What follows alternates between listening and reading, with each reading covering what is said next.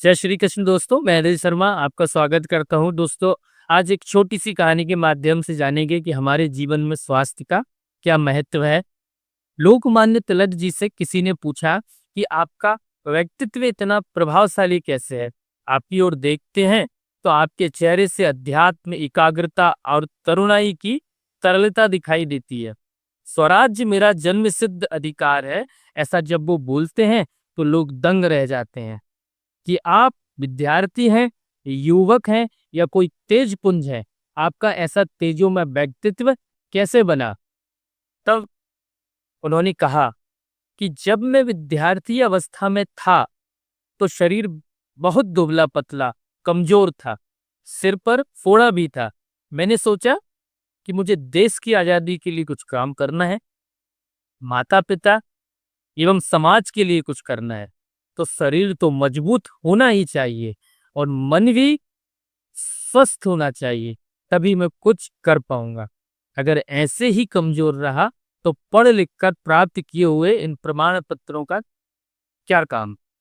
उन्होंने आगे कहा, मैंने विद्यार्थी जीवन से ही अपने शरीर को मजबूत और स्वस्थ बनाने का प्रयास किया।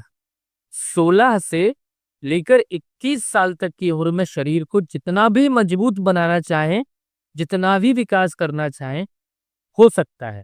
इसीलिए विद्यार्थी जीवन में इस बात पर ध्यान देना चाहिए कि 16 से 21 साल तक की उम्र शरीर और मन को मजबूत बनाने के लिए है। जो लोग सिकुड़ कर बैठते हैं, झुक कर बैठते हैं, उनके जीवन में बहुत बरकत नहीं आती। जो सीधे होकर स्थिर होकर बैठते हैं, उनकी जीवन शक्ति ऊपर की ओर उठती है। वे जीवन में सफलता भी प्राप्त करते हैं। तिलक ने निश्चय किया कि भले ही 1 साल के लिए पढ़ाई छोड़नी पड़े तो छोड़ूंगा, लेकिन शरीर और मन को स्वस्थ बनाऊंगा। तिलक यह निश्चय करके शरीर को मजबूत और मन को निर्भीक बनाने में जुट गए। रोज सुबह शाम दौड़ लगाते, प्राणायाम करते, तैरने जाते, मालिश करते तथा जीवन को संयमी बनाकर ब्रह्मचारी की शिक्षा वाली पुस्तकें पढ़ते। साल भर में तो अच्छा गठीला बदन हो गया, पढ़ाई लिखाई में भी आगे और लोक कल्याण में भी आगे। राममूर्ति जी को भी उन्होंने सलाह दी कि वो भी अपने शरीर को स्वस्थ बनाए। उनकी सलाह स्वीकार की और पहलवान बन गए।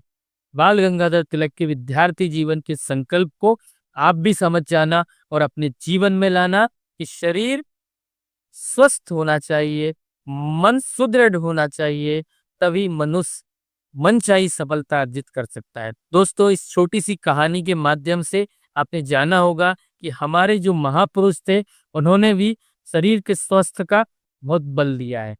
लेकिन आज विडंबना ये है कि हमारा जो युवा वर्ग है, वो कई नशीली वस्तुओं को सेवन करके अपने शरीर के ऊपर अत्याचार कर रहे हैं। हमको इन नशीली वस्तुओं से बचना है। हमको अपने आप को, हमारे शरीर को, हमारे मन को सही मार्ग में लगाना है। इसी के साथ आज के वीडियो को यहीं समाप्त करते हैं। धन्यवाद।